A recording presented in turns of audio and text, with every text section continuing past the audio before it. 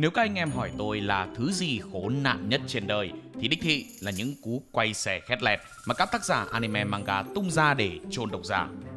Cuộc sống bình thường đã đủ khốn khổ rồi, vào đọc truyện xem phim còn bị vả cho mấy quả plot twist bùm bốp vào mặt, làm tôi hoài nghi nhân sinh.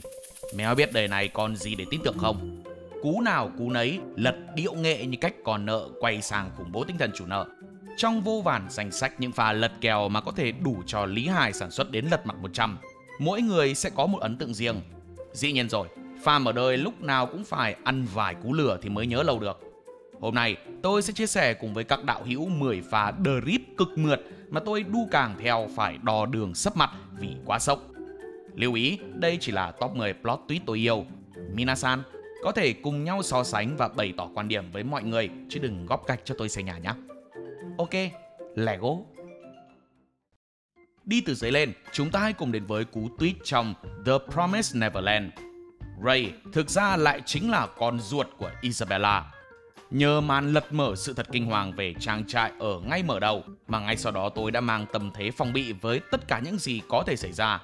Nhưng đến khi biết được má mì Isabella là mẹ của Ray, tôi vẫn vô cùng ngạc nhiên, nên tôi khá là ấn tượng với cái tweet này. Việc Ray làm gián điệp cho Isabella chẳng chứng minh được bà là mẹ ruột của cậu nhóc, vì đơn giản là Isabella có thể dùng bất kỳ ai thôi. Và nếu người đó là Ray thì câu chuyện sẽ cộng 100 điểm kịch tính. Giống như ai đó từng nói con người chỉ là công cụ. Shit, mới nhắc tới thôi đã ngửi thấy mùi ca lỉnh chi rồi. May là Isabella không nói thế. Đến tận khi bọn trẻ trốn thoát khỏi Gracefield House, sự thật về mối quan hệ Mommy và con trai của bà ấy mới được hé lộ. Mặc dù cú lừa này không đóng góp gì cho những diễn biến liên quan đến kế hoạch tẩu thoát của lũ nhóc, nhưng ngược lại, tôi vẫn rất respect vì nó mang lại cực kỳ nhiều ý nghĩa về mặt cảm xúc. Isabella vốn đã là một nhân vật nội tâm phức tạp, nhưng mâu thuẫn bên trong luôn chọi nhau như đá gà. Một mặt thì yêu thương những đứa trẻ, còn một mặt thì vẫn sẵn sàng đàn áp lũ nhóc nếu cần. Nếu không có ai là con ruột của Isabella thì động cơ và tâm lý của bà lại trở nên bình thường. Mặc dù có thể bà thực sự có thể quý bọn chúng, nhưng dù gì cũng chả phải là con ruột, nên cũng dễ dàng lý giải được nếu bà có những hành động bully cực mạnh đạt được mục đích của mình. Ray là con ruột và Isabella cũng biết điều đó, nên mặt tối của người mẹ này mới được làm cho sâu sắc. Nó chứng tỏ bên trong bà là một cái vực thẳm cực deep và đắc, đến mức rãnh Mariana còn phải ghen tị. Chắc hẳn là bà sẽ cảm thấy giằng xé vô cùng. Nhảy qua nhảy lại giữa hai thái cực yêu và ghét, thì khéo trái tim của Isabella cũng thòng xuống tận chân. Plot twist này khiến giá trị xem lại được tăng lên đáng kể. Khi biết Isabella là mẹ của Ray, chúng ta có thể nhìn vào những hành động của bà với một con mắt khác. Khi Isabella tưởng Ray bị cuốn vào lửa, thoạt đầu thì ai cũng sẽ nghĩ là chủ yếu bà lao vào cứu cậu nhóc vì không muốn thịt chưa xuất khẩu mà đã chín. Nhưng sau này khi nhìn lại thì tôi thấy giống như bà đang cố gắng cứu mạng đứa con của mình, cũng như đập tan cái số phận đắng cay mà cả hai mẹ con phải chịu đựng. Việc Isabella là mẹ của Ray cũng giúp gợi dẫn ra quá khứ của bà mẹ này. Isabella trong quá trình đào tạo để trở thành mama đã bị ép mang thai thông qua thụ tinh nhân tạo và sinh ra Ray. Đớn hơn nữa là bà còn chả thể nhận ra cậu là con mình, cho đến khi nghe được giai điệu mà Ray ngân nga. Đó là giai điệu mà Leslie, crush đời đầu của Isabella từng hát. Và sau này, lúc mang thai bà cũng vậy. Thà không nhận ra thì thôi, chứ đã biết rồi thì thấy nghiệt ngã thật. Hóa ra bấy lâu nay, mình đã nuôi nấng con chỉ để cho quỷ dữ sau này mukbang. Tính ra Isabella cũng tinh thần thép đấy chứ. Chứ bình thường bị rơi vào tình thế kiểu đó thì chỉ có trầm cảm đến hết đời thôi. Trong thế giới One Piece, nơi mà những cuộc phiêu lưu thường kết thúc bằng tiếng cười và bữa tiệc linh đình, cái chết của Portgas D. Ace là một cú plot twist khiến cả fan lẫn nhân vật chính phải nghẹn ngào không nói nên lời. Ace vốn là một người anh trai thân thiết của Luffy. Lúc anh bị bắt giữ và bị kết án tử hình cũng chính là lúc bối cảnh của trận chiến tại Marineford được khai màn. Sau những nỗ lực không ngừng nghỉ, Luffy cùng đồng đội cuối cùng cũng giải cứu được Ace. Tuy nhiên niềm vui ngắn chẳng tày gang khi Ace hy sinh thân mình để bảo vệ Luffy khỏi đòn tấn công chí mạng của đô đốc Akainu. Cái chết của Ace có tác động rất lớn đối với Luffy, không chỉ về mặt cảm xúc mà còn đóng vai trò là bước ngoặt lớn trong hành trình của cậu. Nó khiến Luffy nhận ra sự yếu kém của bản thân và quyết định dành 2 năm để rèn luyện, chuẩn bị cho những thử thách khắc nghiệt hơn trong tân thế giới. Không chỉ Luffy đâu, cái chết của Ace trong One Piece còn là một nắm đấm cực mạnh vào những niềm tin ngu ngơ khờ dại rằng cứ là nhân vật yêu thích thì cứ yên chí toàn mạng, đến ít nhất cũng phải là gần cuối chuyện. Thời mà Ace hẹo ấy, cộng đồng người hâm mộ toàn cầu rơi vào trạng thái đời tuôn nước mắt, trời tuôn mưa. Nhiều người xem đã không thể kìm nén cảm xúc khi chứng kiến cảnh Ace hy sinh để bảo vệ Luffy. Yeah, sure, và tôi cũng y như vậy. Có mà lấy mấy cái thùng giá hứng nước mắt khéo cũng tràn đầy ấy chứ. Tác giả Eiichiro Oda từng chia sẻ rằng ông nhận được vô số thư từ fan hâm mộ và cả lời khuyên từ biên tập viên yêu cầu ông đừng để Ace chết. Đến biên tập viên còn ra sức hỏi lại cho chắc cốp: ông chắc không? Ông chắc chưa? Are you sure? Tuy nhiên, Oda vẫn giữ nguyên quyết định của mình. Sau khi xem lại cảnh này trong anime, ông thừa nhận rằng mình cũng cảm thấy đau lòng và tự hỏi tại sao lại để Ace chết một cách tàn nhẫn như vậy. Nhiều fan còn tuyệt vọng đến cái mức cầu mong cho có một cú tweet nào đấy hồi sinh Ace. Cũng không biết nên gọi là lạc quan hay tuyệt vọng nữa. Rách mâm sang ngồi chung với fan Attack on Titan được rồi đấy.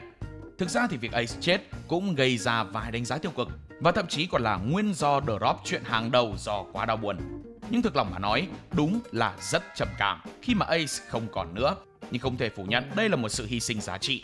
Nó giúp đẩy nốt cao trào lên đến đỉnh điểm, dồn nén cảm xúc tới tận cùng và sự bùng nổ ý chí vươn lên mãnh liệt. Muốn Luffy hoàn toàn lột xác và toàn bộ thuyền viên hướng toàn bộ về Luffy thì Ace phải chết. Dù biết vậy, nhưng vẫn lòng đau như cắt, nước mắt đầm đìa lắm chứ anh em ạ. Ở vị trí số 8, lựa chọn của tôi là sự thật về nhân vật Johann Liebert trong tác phẩm Monster của tác giả Urasawa Naoki. Monster thì có lẽ không còn xa lạ gì rồi, nhất là đi đâu cũng nghe cái danh kiệt tác phản diện Johann. Có một cảm giác hơi tà đạo là người nào mà càng ác thì câu chuyện của họ càng cuốn không dứt ra được. Trong Monster, cái cách mà Johann thao túng người khác vốn dĩ cũng đã là những màn thể hiện mà tôi cá chắc là sếp bạn sẽ rất thích, vì chúng vô cùng wow. Nhưng xuyên suốt toàn bộ câu chuyện, ám ảnh nhất vẫn chính là những nguồn gốc xuất thân của Johann. Johann và em gái song sinh của mình là sản phẩm của một thí nghiệm yêu sinh do Franz Bonaparte khởi xướng. Cha mẹ họ từng định trốn khỏi dự án nhưng thất bại. Người cha bị giết, người mẹ mang thai bị bắt. Sau khi sinh, bà được thả và chuyển đến sống trong một khu chung cư, nơi bà vì sợ hãi nên cho cả hai đứa trẻ mặc đồ giống hệt nhau, giả vờ chỉ có một đứa con. Bonaparte sau đó yêu cầu đưa một đứa đến biệt thự hoa hồng đỏ. Bà mẹ ban đầu chọn Johann rồi đổi ý chọn Anna, dù không rõ bà có thực sự phân biệt được hai đứa hay không.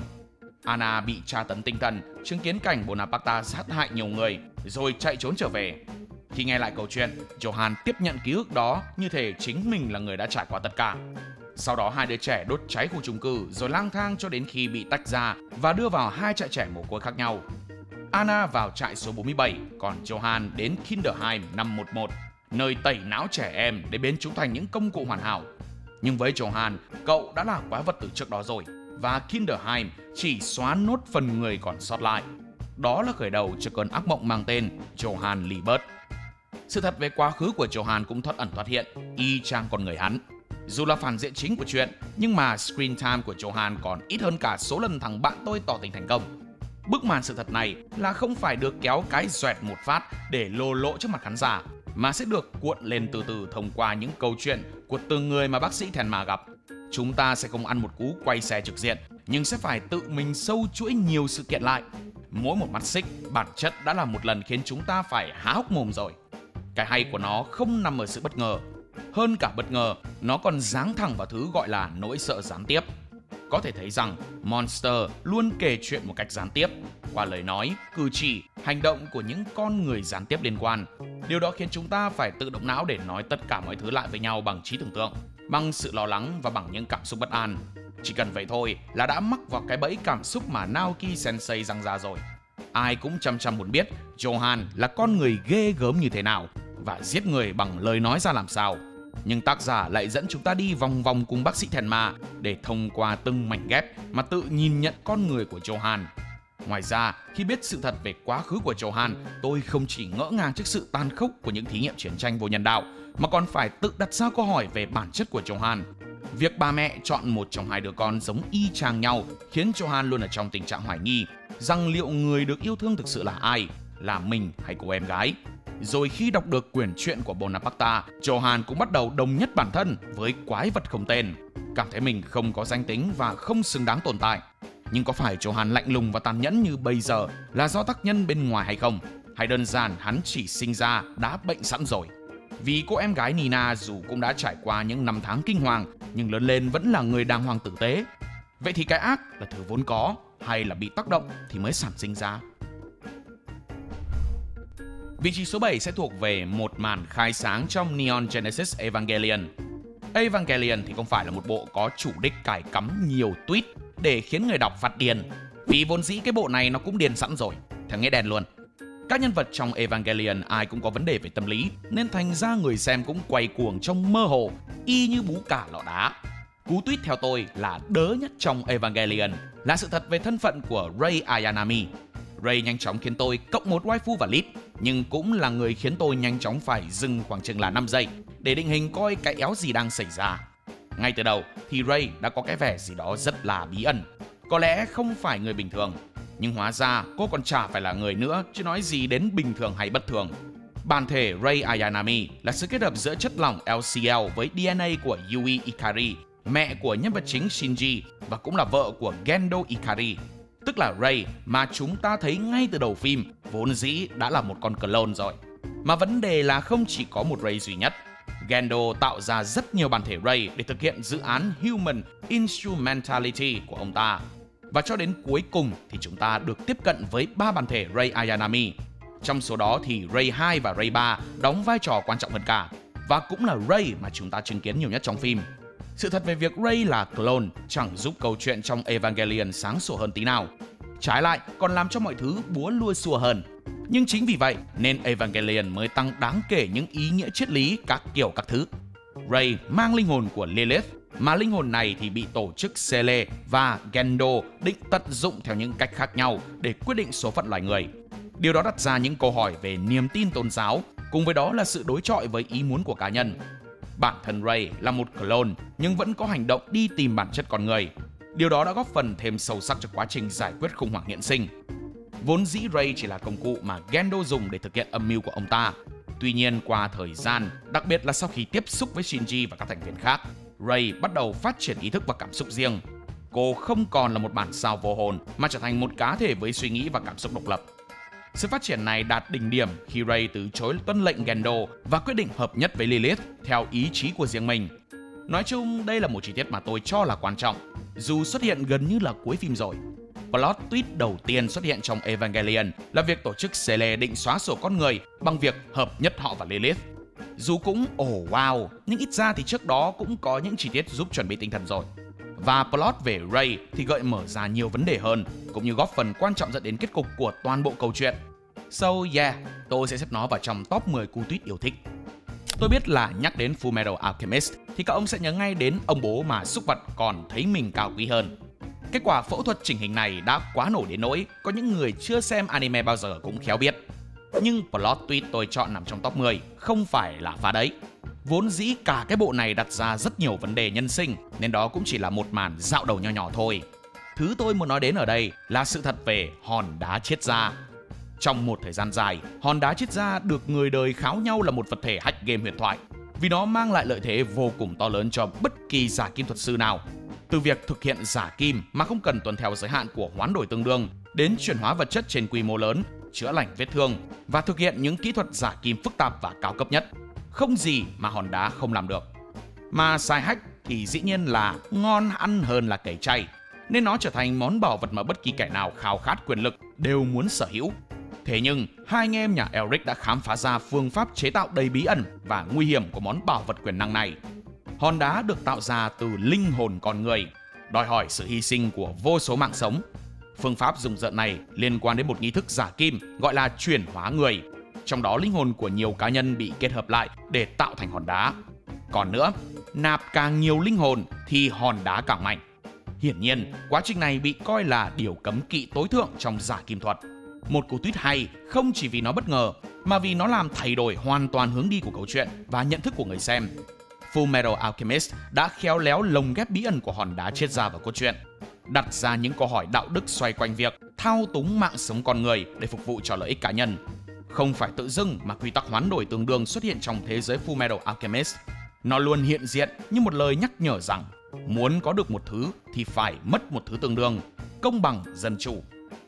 Trong khi đó hòn đá triết gia lại tượng trưng cho một thứ quyền năng bị cấm đoán nhưng đầy mê hoặc. có khả năng làm tha hóa cả tâm trí lẫn trái tim người sử dụng. Thứ phải đánh đổi khi sử dụng hòn đá là lương tâm con người, là thứ đáng giá hơn bất kỳ điều gì khác. Vì thế nên khi sự thật về hòn đá này được tiết lộ, thế giới quan của các nhân vật đều bị đặt lên bàn cân, đặc biệt là anh em nhà Elric. Tự họ phải tìm ra câu trả lời cho câu hỏi đạo đức đáng giá bao nhiêu. Cú plot twist ở hạng 5 là một cái chết khiến tôi sốc mất mấy ngày. Đó chính là cái chết của thám tử L trong Death Note. Death Note thì vốn dĩ là một bộ thiên về đấu trí, nên việc có nhiều tweet là điều đương nhiên. Nhưng mà hà cớ gì mới giữa hiệp mà đã cho anh L hẹo luôn rồi. Quá là vô đạo bất lương. L và Light ban đầu được xây dựng là hai đối trọng của nhau, và hai anh cũng liên tiếp bón bánh tráng nướng cho đối thủ vì cả hai đều lật rất nhiều. Ai nấy cũng sẽ tưởng rằng hai anh sẽ còng tay nhau đi đến cuối con đường mới phân thắng bại. Ai mà có dè mới được nửa trận thì L đã bị Light bày mưu tính kế cho đi bán muối luôn rồi. Thứ chứng minh cho độ bá cháy của tweet này là cách mà Light đã tận dụng tình cảm của Rem dành cho Misa để đẩy cả L lẫn vị thần chết này vào trong. Tôi biết là Light cũng từng cua nhiều pha ra gì và này nọ, nhưng đây có thể được xem là thành công lớn nhất của anh. L là đối thủ nặng ký nhất, mà quẳng được cục tạ đó đi thì chẳng phải là rất hơi rồi sao? Hơn nữa, cú tweet này khiến tôi một lần nữa phải ngoái đầu nhìn lại xem Light tính toán sâu xa đến thế nào, vì tất cả đường đi nước bước trong kế hoạch đều móc nối với nhau. Ngay từ khi quy tắc 13 ngày được xạo ke thì nó đã là một kế sách tung hỏa mù cực kỳ hữu hiệu. L thì chỉ là một người thường nên nghi ngờ được Misa là đã vượt mức pickleball lắm rồi. Nhưng mà tình huống đó vốn cũng đã nằm trong kịch bản được biên hết của Light luôn, nên Rem giết L là cái death flag không sớm thì muộn sẽ cắm lên đầu L thôi. Dù bình thường ai cũng dùng tên anh để chửi, nhưng L lại chiếm được cảm tình của rất nhiều người. Thứ nhất là nhìn L dị hợm vãi cả trường, nhưng vì thế nên rất riêng, rất độc đáo.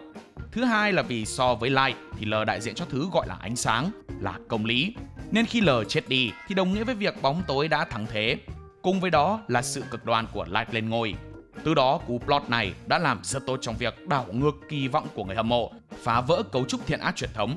Điều này tạo nên một cảm giác bất ngờ và kích thích sự tò mò về hướng đi mới của câu chuyện, rằng liệu Light sẽ thực sự trở thành mẹ thiên hạ, má thiên nhiên, hay là rồi sẽ có một thế lực khác đứng lên chống lại cái tư tưởng phát xít Hitler của cậu. Xem xong Death Note thì dĩ nhiên là ta cũng có được câu trả lời. Melo và Nier đã hạ gục được Light. Thực ra thì dù cái chết của L gây khá nhiều tranh cãi, nhưng theo tôi thì nó được dùng để chứng minh một cách thực tế là dù không phải bao giờ ánh sáng cũng thắng, nhưng nó sẽ không bao giờ dập tắt. Thế hệ này ngã xuống thì sẽ có thế hệ khác tiếp nối. Chỉ cứ đơn giản lật kèo qua lại, bên nào khét trước là thua thì nó lại hơi ít ý nghĩa thực tiễn. Uchiha Itachi là một trong những cú sốc đầu đời khiến tôi phải quay xe nộp đơn xin lỗi, vì chưa biết cái khỉ gì về anh nhưng vẫn chửi anh mát mặt. Hội đom đóm của G97 nhìn pha lật bài của anh tôi hồi đấy khéo còn phải ghen tị ấy chứ. Suốt bao nhiêu thời gian, anh gánh chịu cái danh kẻ phản bội đổ sát cả gia tộc, nhưng đến phút 90 vẫn kịp ghi một quả cực ngọt trong lòng người hâm mộ, với mục đích cao cả là để bảo vệ em trai và thậm chí còn ngăn chặn cả một cuộc chiến. Sự kiện Itachi Uchiha phản bội bắt nguồn từ mối hận thù kéo dài giữa các dòng tộc.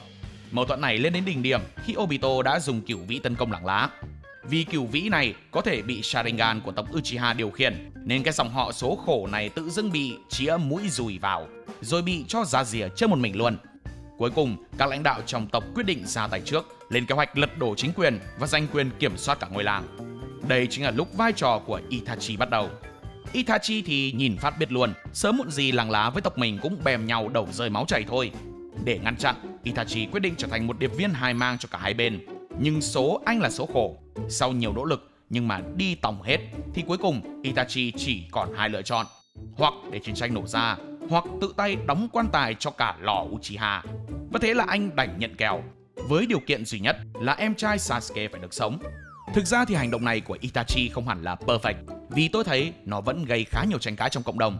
Nhưng tôi không ở đây để đánh giá nhân vật, nên tôi sẽ không nói rằng quyết định đổ sát là hợp lý hay không. Thứ tôi chấm điểm cao là cách tác giả đã khai thác cái số phận của Itachi một cách quá là bất ngờ và kịch tính qua cái tweet đấy. Lúc đó ta mới biết được nỗi khổ của Itachi, chấp nhận từ bỏ cả thanh danh lẫn đạo đức để làm những gì phải làm. Hơn nữa, theo tôi thấy thì một ý nghĩa quan trọng nhất mà cú quay xe này thể hiện được là mối liên kết cảm động giữa Itachi và Sasuke. Việc bài trừ hậu họa ngăn chặn chiến tranh thì còn tùy người diễn giải, nhưng chắc chắn động cơ vì Sasuke là thứ không thể phủ nhận. Nên ngoài việc xây dựng số phận của Itachi, cú tweet này còn đóng góp lớn trong việc phát triển tính cách của cả Sasuke nữa. Trước đó thì nhìn thằng anh thôi là mắt đã long sòng sọc lên rồi. Nhưng sau này khi Sasuke biết được thì người đọc là chúng ta lại chứng kiến sự thay đổi trong tình cảm và nhận thức của cậu. Từ việc muốn trả thù Itachi sang việc muốn trả thù Lăng Lá. Itachi đã dùng hết khả năng của mình, kể cả việc phải trở thành điệp viên hai mang. Tất cả chỉ để đảm bảo một thế giới tươi đẹp cho thằng em cưng như trứng. Như Iruka nói với Naruto trong đám tang của đệ tam. Shinobi cũng là con người. Họ có người mà họ yêu thương. Điều đó thúc đẩy họ đứng lên hành động, thậm chí là hy sinh tất cả chỉ để bảo vệ điều đó. Thì Uchiha chính là cái minh chứng rõ ràng nhất cho câu nói đó. Cú plot twist tiếp theo mà tôi tâm đắc chính là cái chết của Lelouch trong bộ anime Code Geass. Cái chết của Lelouch thì không hẳn là gây sốc, mà ý nghĩa đứng đằng sau mới xứng đáng cần phải suy ngẫm. Toàn bộ kế hoạch của Lelouch Zero Requiem vốn dĩ ngay từ ban đầu đã được anh sắp đặt để tạo ra án tử cho chính mình. Sau khi trở thành hoàng đế Britannia, thay vì mang lại hòa bình, Lelouch tự biến mình thành một bạo chúa trong mắt người khác. Anh thành công khiến tất cả mọi người xem mình là hạ đẳng xã hội. Khi mọi thứ set up xong, thằng bro nối khố của Lelouch là Suzaku tự tay tiễn anh về bình nguyên vô tận. Bạo chúa chết, hận thù được xóa bỏ và thế giới hòa bình. Kế hoạch Zero Requiem vốn dĩ được brainstorm từ sớm, ngay từ khi Lelouch đánh bại ông bố mình để ngồi vào cái ngai vàng của hoàng đế Britannia.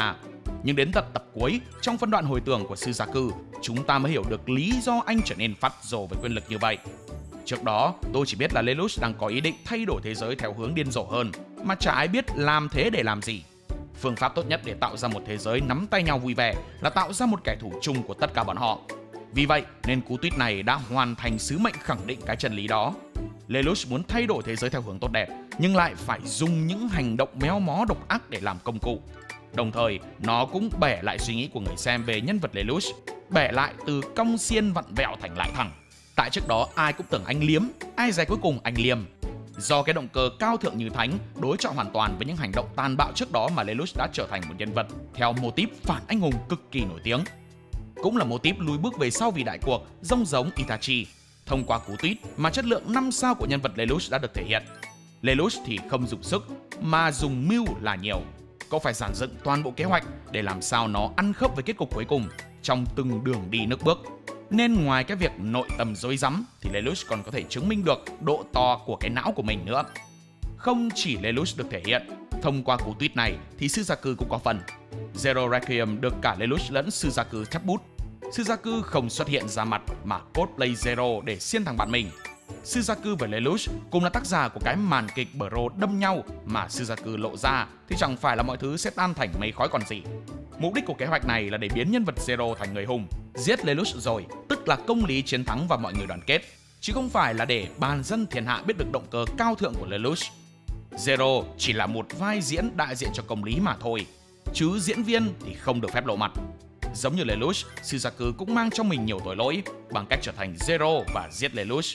Suzaku tìm kiếm sự chuộc lỗi bằng cách hy sinh cả danh tính của mình, mãi mãi phải sống trong bóng tối. Ngoài ra, hành động của nhân vật Zero mà Suzaku thủ vai cũng nhằm để ám chỉ rằng không có hòa bình nào không phải đánh đổi. Người đời thì biết đến Zero như là hiện thân công lý, nhưng sự thật thì nó cũng được tạo ra từ cái kế hoạch tàn bạo của Lelouch và Suzaku mà thôi. Chẳng có thứ công lý nào là tuyệt đối, mà nó phải được sinh ra từ sự đánh đổi, hy sinh cả nhân tính để đạt được. Nằm ở vị trí top 2 cũng vẫn là một cú lừa về thân phận nhân vật, nhưng không theo chiều hướng từ tội đồ thành anh hùng, mà ngược lại. Xin hãy giặt ra cho phản diện siêu ngầu Aizen Sosuke lên sàn. Dù ác nhưng mà phải nói là Aizen cũng có công, vì anh đã tự tay dạy những chú chim non nớt ngây thơ tin người một bài học đường đời đầu tiên là đừng tin bất cứ bố con thằng nào cả, phải cẩn trọng kể cả với những đứa tưởng chừng như văn minh chính trực nhất. Nếu xem làng anime manga là giới showbiz thì xí căng đan Aizen lật mặt chắc chắn sẽ là vụ bê bối để đời. Ban đầu, Aizen xuất hiện với hình ảnh của một đội trưởng tinh anh chính trực của đội 5, được cấp dưới mến mộ, đồng đội tin yêu, cả tôi cũng dính bà. Và rồi bùm, sau cái chết giả, Aizen từ cõi chết trở về, lột bộ da của người tử tế để lộ nguyên hình là một con rắn chúa. Thực ra thì trong Bleach có khá nhiều plot twist hay và ấn tượng, nhưng chân ái lòng tôi vẫn là màn lật mặt của Aizen. Dù phải công nhận là sau khi biết được sự thật thì thấy khá là cay, vì lúc ông ấy chết tôi còn thấy buồn nữa chứ. nhưng cái chết đó là chi tiết quan trọng để khiến toàn bộ cú tweet trở nên đỉnh nóc kịch trần. Nó đã thành công đưa chúng ta vào một cảm giác mông lung và hoang mang, không biết liệu ai trong GT13 là kẻ ra tay với Aizen. Vì chưa có manh mối hung thủ, đám Ichigo đương nhiên bị nghi ngờ. Tôi thì đủ thông minh để biết rõ là chả phải, nhưng không đủ thông minh để biết nên nghi ngờ ai cho đúng. Nói chung là Aizen khiến cả bọn chạy vòng vòng đi tìm hung thủ, trong khi thủ phạm thực sự lại đóng giả nạn nhân. Hắn thực sự là một thiên tài chiến lược. Aizen biết Momo là nai tờ ngơ ngác nên đã lợi dụng cô. Cũng như Momo, thời đấy tình nghi số 1 trong đầu tôi là cái khứa Gin này. Thứ nhất là vì quả mặt không thể nào phản diện hơn. Thứ hai, vì khứa này hành động cứ như thể bảo đó chính là tao làm đó. Tôi không biết các anh em có giống tôi không, hay là đã có thể suy luận ra ngay tại thời điểm đó rồi. Nếu thế thì tại hạ xin bái phục. Nhưng mà thực ra thì khứa Gin cũng chỉ là một quân bài trong tay Aizen thôi. Điều đó khiến suy đoán của tôi nửa đúng, nửa sai. Aizen dùng Gin để xoay Momo như dế. Momo hết nghi ngờ Gin rồi thì lại bị bịp bằng bức thư giả, tin rằng Toshiro là thủ phạm. Aizen thậm chí còn giết toàn bộ hội đồng 46 và dựng hiện trường như thể họ vẫn còn sống để tiếp tục ra lệnh, còn suýt khiến Rukia bị hành hình nữa. Tất cả đều là những bước đi lớp lang mà khó có thể tìm ra kẽ hở nào để phán đoán. Quan trọng nhất là sau cái chết giả, không dễ để mà nghi ngờ Aizen được. Ngay cả Unohana, người dù đoán được cái xác chết là giả, nhưng cũng chỉ đến thế thôi, chứ không biết được là từ đầu vốn đã chẳng có cái xác nào rồi. Cái xác mà ai cũng nhìn thấy hóa ra là do năng lực của Shikai Kyoka Suigetsu, cho phép Aizen tạo ra ảo giác hoàn hảo. Nói chung là ngay cả trước khi giả chết thì Aizen đã lên kế hoạch từ trước bằng cách thôi miên toàn bộ GT13 rồi. Chắc chỉ trừ có Kaname Tosen vì anh ta bị mù. Cú plot tweet này ảnh hưởng đến toàn bộ mạch truyện của Bleach. Tình bạn tàn vỡ, nhiều sinh mạng bị đánh đổi, những trận chiến đẫm máu nổ ra, tất cả chỉ vì kế hoạch của Aizen. Mọi chuyện hắn làm đều là để lấy được Hogyoku. Aizen biến từ một mọt sách 4 mắt thành soái ca phản diện chỉ trong một khung hình. Nhưng những gì hắn làm trước đó là cả một quá trình, và mỗi một hành động không cái nào là thừa. Những chi tiết được sâu cho khán giả thấy đã làm rất tốt vai trò của người chăn bò, vì đã rất đỉnh. Tôi lúc đó cũng chẳng khác mấy người trong chuyện là bao, chả biết thấy quái nào được mà lần. Có đoán già đoán non thì cũng chẳng có gì xác nhận đúng sai cả. Chính màn dắt mũi đỉnh cao đó mà Aizen được xem là một trong những phản diện xuất sắc nhất mọi thời đại. Vâng, và đứng đầu danh sách ngày hôm nay không thể là gì khác ngoài siêu phẩm Attack on Titan. Tin tôi đi, không có một cái bảng xếp hạng độ bẻ lái nào mà không có bộ này đâu. Chỉ có là đứng ở vị trí số mấy thôi. Đọc truyện mà cứ như đi giả mìn, sơ hở là lót tích. Đi đâu cũng thấy mìn, mà thấy rồi cũng chưa chắc gì né được. Cả cái bộ truyện vốn dĩ đã là một plot twist siêu to khổng lồ rồi. Và có khi thực ra Eren đã thao túng Isayama Hajime để ống viết ra cái bộ này đấy. Trong Attack on Titan thì số plot twist khéo cũng chả kém hơn số người đắp mộ là mấy. Tôi thường thấy người ta hay nói về quả tao là thiết kế, còn thằng kia là đại số. Thì quả đó cũng hay, nhưng trước đó chúng ta vốn dĩ cũng đã biết về sự tồn tại của những Titan Shifter đến từ bên ngoài bức tường qua Annie rồi, nên tôi có thể chuẩn bị tinh thần cho cú này.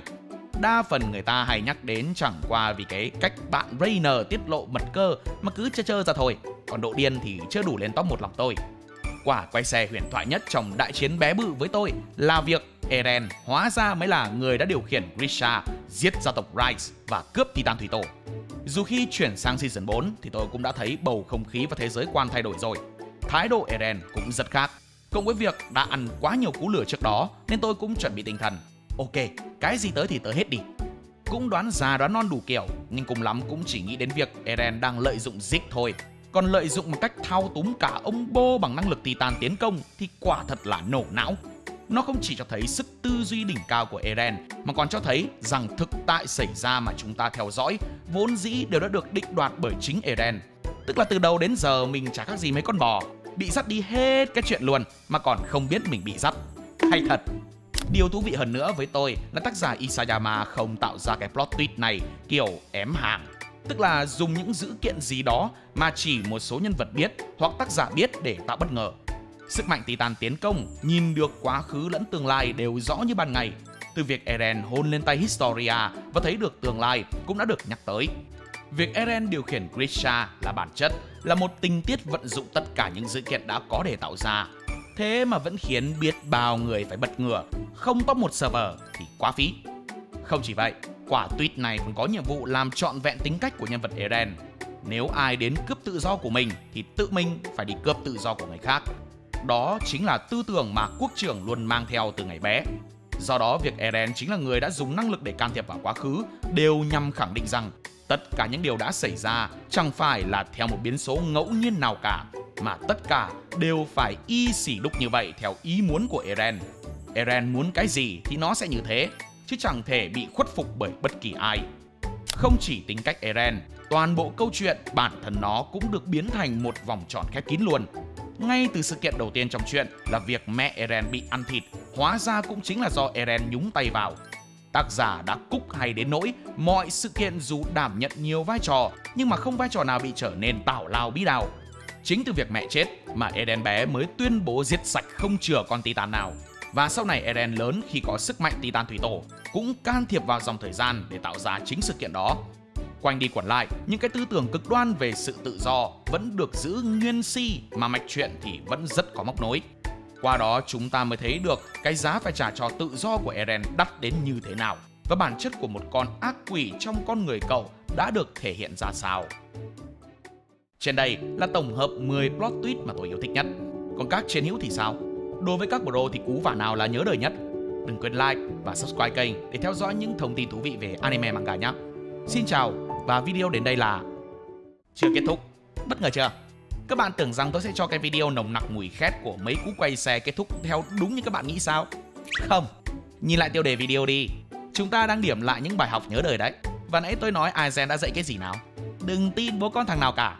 Ông bà nào mà đến đây vẫn còn nán lại chứng tỏ đắc đạo rồi đấy. Và xứng đáng nhận được cú plot twist encore mà tôi sắp sửa bế lên. Thông thường thì cái gì hay ho nên bị giếm đến những phút cuối cùng đúng không?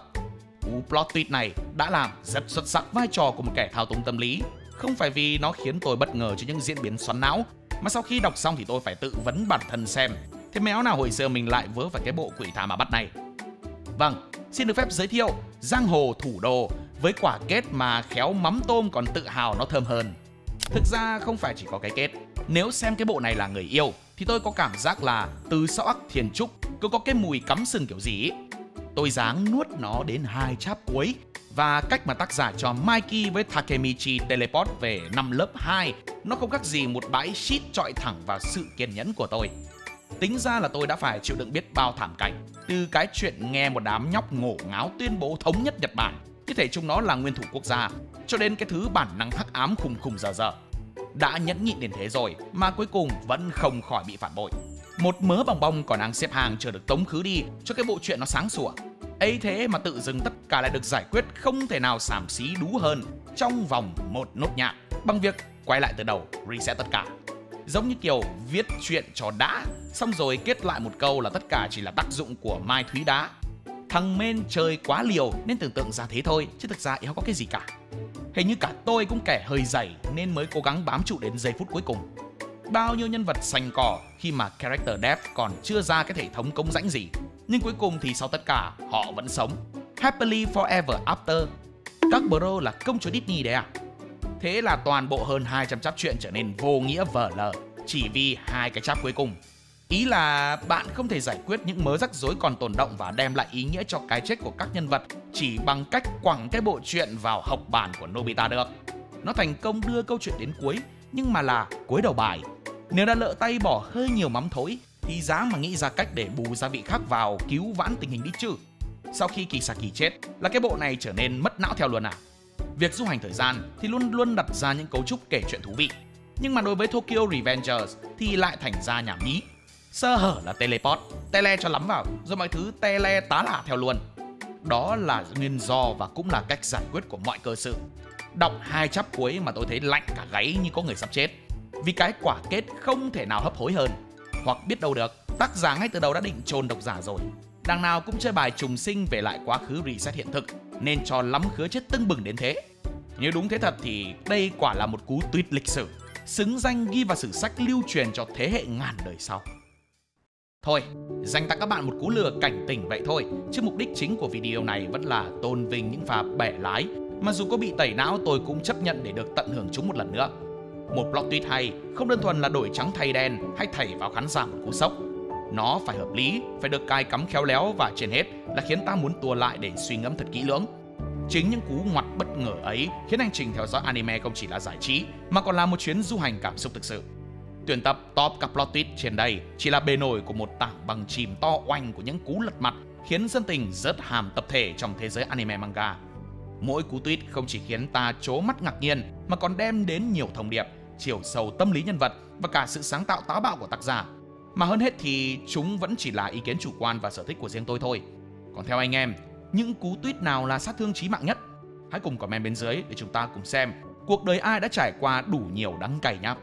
Còn bây giờ thì nếu thấy hay, nhớ để lại một like và một share để ủng hộ chúng mình. Đừng quên bấm nút subscribe kèm theo nút chuông thông báo và nhớ đăng ký cả hội viên để không bỏ lỡ những video hấp dẫn phía sau. Cảm ơn các bạn đã xem video. Hẹn gặp lại trong những video tiếp theo. See ya!